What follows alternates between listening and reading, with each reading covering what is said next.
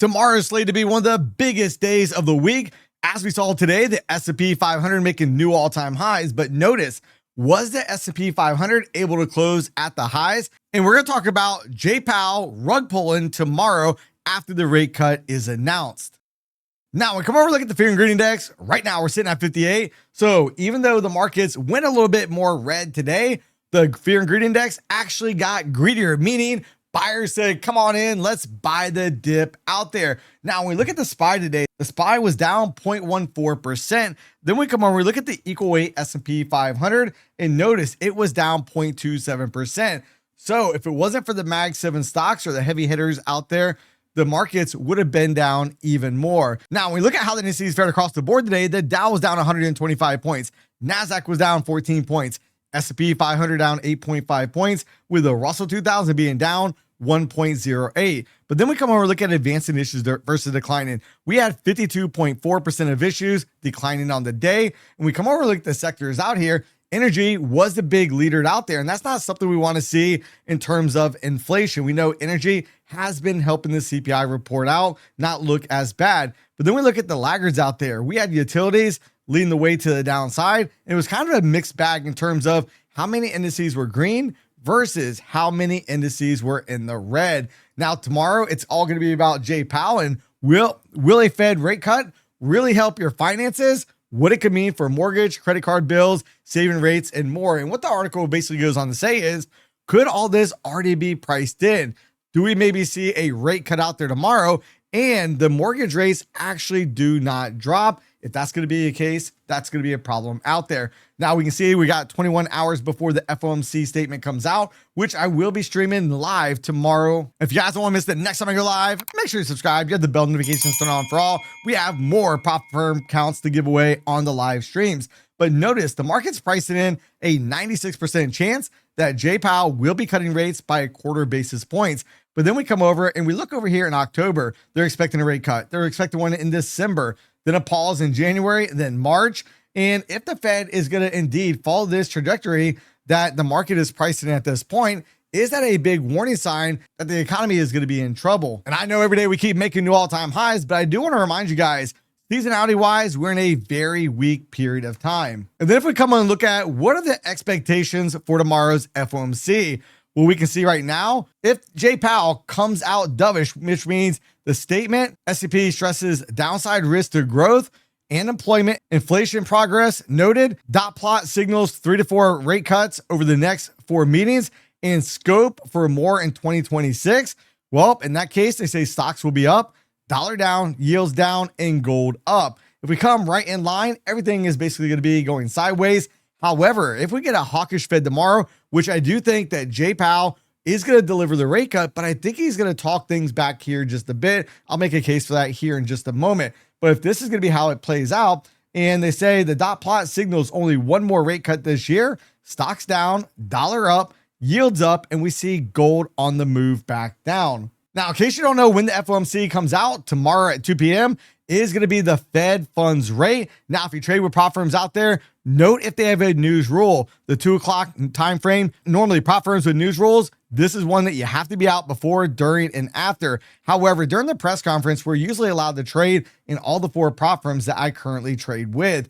Now, part of the reason I think Jay Powell may come out a little bit hawkish after delivering the rate cut, keep in mind that last CPI report we got, well, it still showed that we have more inflation. Month over month rose to 0.4, previously 0.3, and the year over year climbed to 2.9 when previously it was 2.7. So the fight against inflation is not quite over with yet. Now, when we come over and look at the dollar index today, dollar index closed on the daily chart.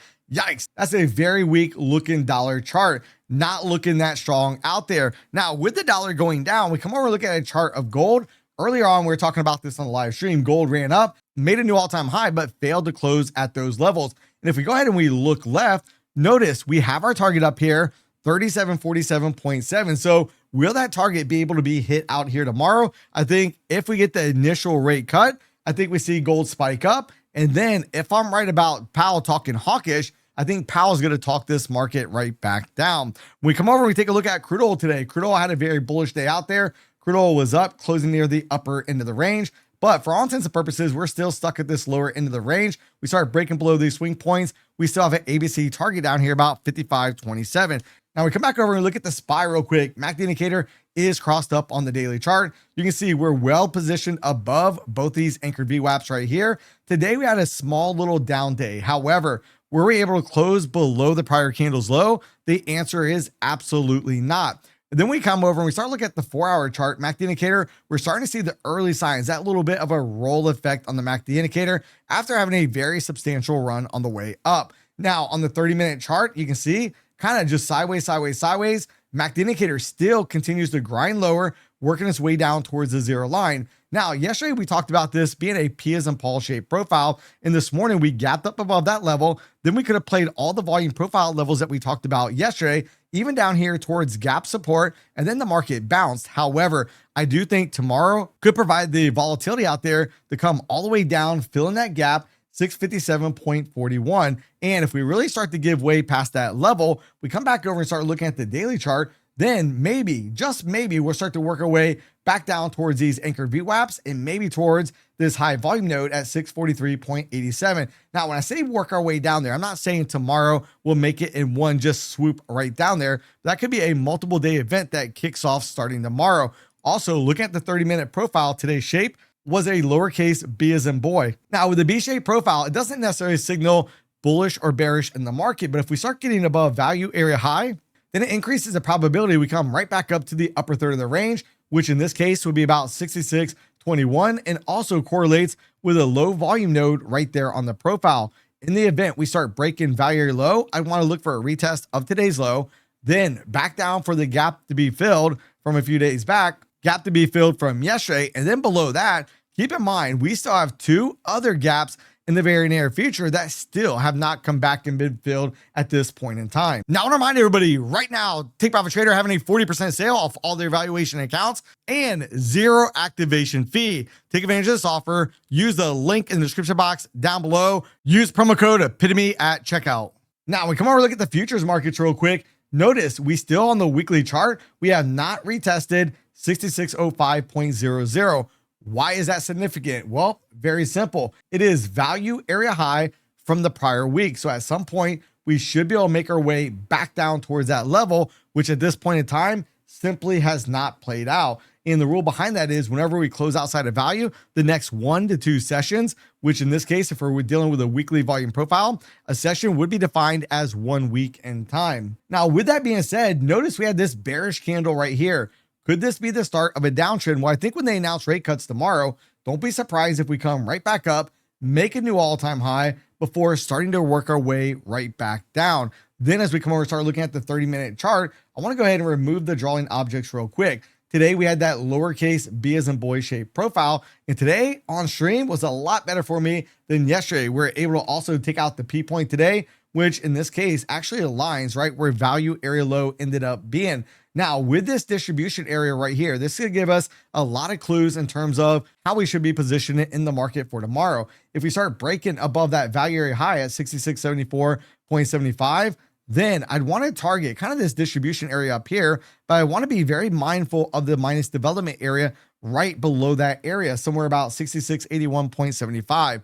A lot of times when we get up there, the market will come up, boom, reject back down, and then work up. And the more times we get into it, then we'll finally make our way towards the high volume area. We clear this high volume area, then we're probably going to make a run right back to new all-time highs. Last night, you can see easy up, easy down. And if we go ahead and we pull a fib from today's high all the way down to the low, notice we came right to the 38% retracement. And if that's all that we're able to retrace back up, watch out, because that could set up a larger A to B equal C to D pattern on the way down, which would complete down here at 6639.90. Now, if we zoom this out here just a bit, we do have a point of control all the way down here at 65.62 which at this point in time, that's way far out. I very seriously doubt we would make it down there for tomorrow. Now, we come over and look at the QQQs real quick. I had to go ahead and adjust the Fibonacci retracement up a bit. Why? Because we made another new all-time high. But as you look at this chart, your eyes should naturally gravitate right here towards where that gap is being filled, right here about 586.66. Also note, in that Fibonacci retracement, once we start to pull back, the 38% retracement would be considered a minor retracement and what could still be a bullish move on the way up, as we would still be above those anchored VWAPs. Now, in the event that we do break the 38% retracement, then the 50 and 61.8 levels would come into play. However, tomorrow, if we make a new high, we simply have to grab the Fibonacci retracement and move it right on up. So just keep that in the back of your mind. On the 4-hour chart, we're finally starting to see the early stages of the MACD indicator starting to roll over just a bit. And if we do, look right down here, high volume node. And if we look left, that's right around a potential gap being filled. We have another gap right up in here, which also needs to be filled.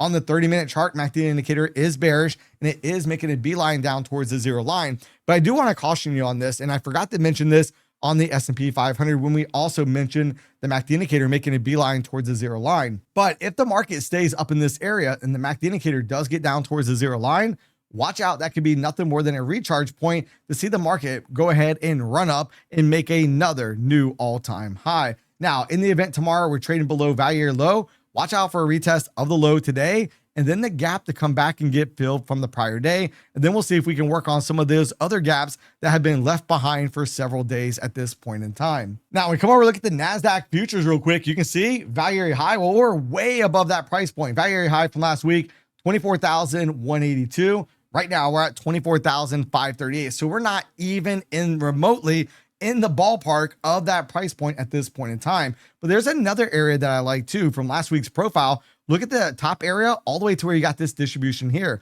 This will be classified as a minus development area, or think about it as an inefficiency in the market. At some point in time, we should come back and revisit that level. And the top of that would be about 24,401. Now, if I come over and bring over a book map real quick, this is a level that we talked about this morning on the live stream. And I was kind of wondering if we'd be able to make it down there, but look at the contracts that we have sitting right down here at about 24,436.47, somewhere down in that ballpark. That order has been on the books the entire day. So tomorrow, when we come into the markets, if we have not made it down there, I want to see if that big buyer is still down there, one that could act as a magnet. And then we'll see, do we push through it? We're going to need to get through that big buyer if the markets are going to go lower from that point on. Now, if you guys want to check out Bookmap, there's a link in the description box down below. Now, if we come over and look at the 30-minute chart real quick, what do we got going on? Well, today we barely missed taking out the point of control from the prior day, 24,496.75. And notice we also were unable to test the P point out there,